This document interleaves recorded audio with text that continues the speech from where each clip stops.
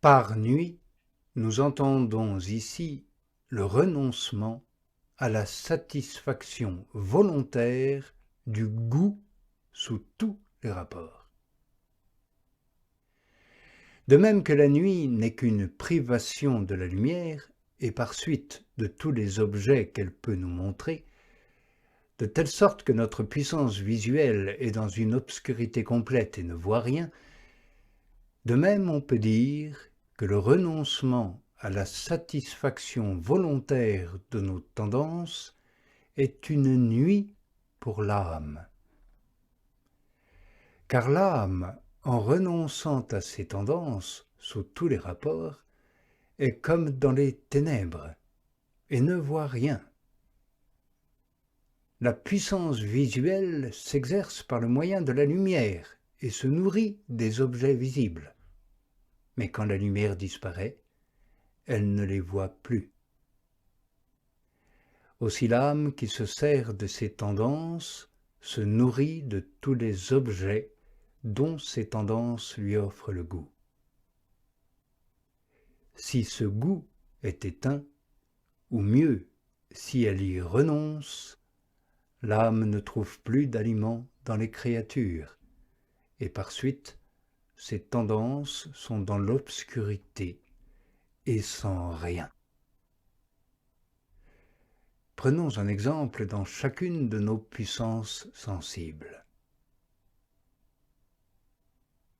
Quand l'âme se prive de tout ce qui pourrait satisfaire le sens de l'ouïe, elle reste dans l'obscurité et sans rien par rapport à ce sens.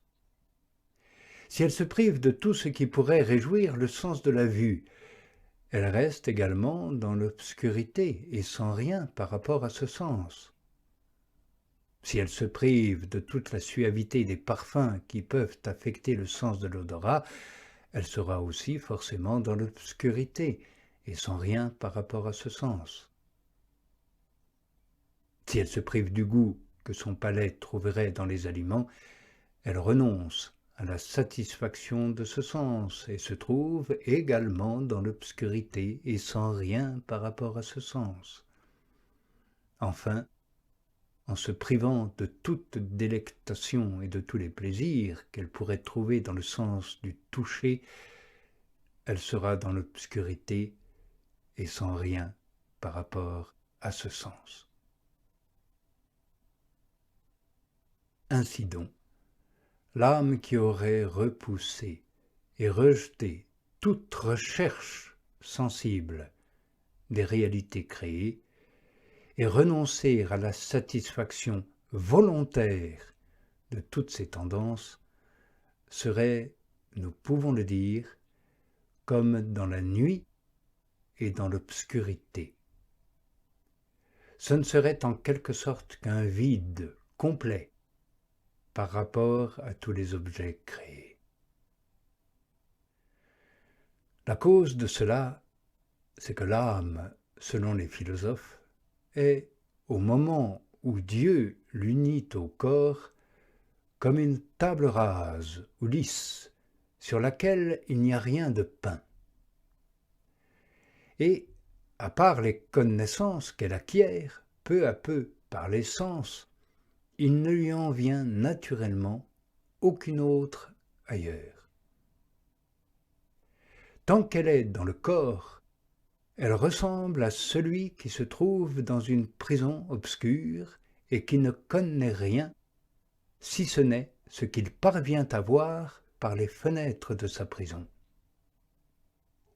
Si ce moyen lui manque, il ne verra absolument rien autrement. Il en est de même de l'âme. Ôtez-lui ce qu'elle peut attendre par les sens, qui sont comme les fenêtres de sa prison charnelle ou psychique, elle ne peut naturellement et par elle-même rien connaître par un autre moyen. Quand donc elle délaisse les connaissances qu'elle peut recevoir par les sens et s'en détourne, nous pouvons bien dire qu'elle se trouve comme dans l'obscurité et le vide. car ainsi qu'il résulte de ce que nous avons vu, la lumière ne peut naturellement lui arriver par d'autres voies que celles dont nous avons parlé. Sans doute il est impossible à l'âme de ne plus exercer les sens de l'ouïe, de la vue, de l'odorat, du goût et du toucher. Que l'on parle de l'ouïe, vue, odorat, goût et toucher au sens charnel ou qu'on en parle au sens psychique. Mais cela n'a pour ainsi dire aucune importance pour elle, et ne la trouble pas plus, si elle n'y adhère pas et les oublie, que si elle ne jouissait point de ses 5 sens. Ainsi l'homme qui voudrait fermer les yeux serait dans l'obscurité, comme l'aveugle qui a perdu la faculté de voir. Et le roi David a dit à ce sujet, « Je suis pauvre et dans les travaux dès ma jeunesse. » Il s'appelle pauvre, tout riche qu'il est, évidemment, parce qu'il n'a aucun attachement aux richesses. Voilà pourquoi il était aussi pauvre que s'il n'avait rien possédé en réalité. Si, au contraire, il n'avait rien possédé en fait, sans être pauvre par la volonté, il n'eût pas été vraiment pauvre, car son âme eût été riche et pleine de désirs. Voilà pourquoi nous appelons ce détachement une nuit pour l'âme. Nous ne nous occupons pas ici de la privation des biens. Cette privation n'en détache pas l'âme qui continue à les désirer. Nous parlons du détachement de l'âme par rapport à ses tendances vers ses biens et les plaisirs qu'elle y trouve. C'est ce détachement qui fait l'âme libre et vide de tous les biens qu'elle pourrait posséder. Or, les biens de ce monde n'occupent pas l'âme et ne lui nuisent pas, puisqu'ils ne pénètrent pas en elle.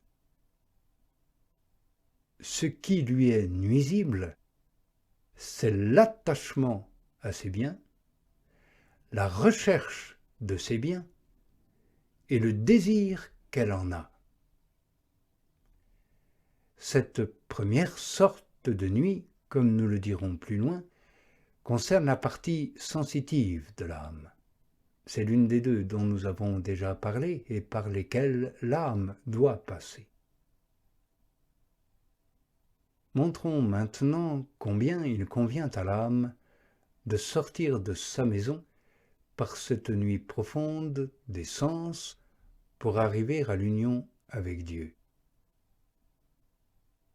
Il est nécessaire que l'âme qui veut arriver à l'union divine passe par cette nuit obscure de la mortification de ses tendances et du renoncement au plaisir des biens sensibles. En voici la cause. Toutes les affections qu'elle porte aux créatures sont devant Dieu comme de pures ténèbres. Tant qu'elle y est plongée, elle est incapable d'être pénétrée de la pure et simple lumière de Dieu.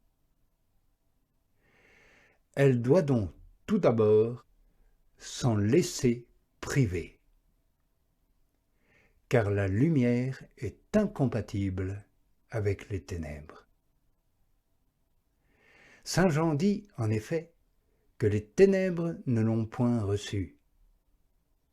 La raison, c'est que, d'après l'enseignement des sages, deux contraires ne peuvent être contenus dans un même sujet. Or, les ténèbres, c'est-à-dire l'affection que l'on porte aux créatures, et la lumière qui est Dieu, sont contraires et il n'y a entre elles ni ressemblance ni rapport. Ainsi que l'enseigne saint Paul en s'adressant aux Corinthiens, quel rapport y a-t-il entre la lumière et les ténèbres?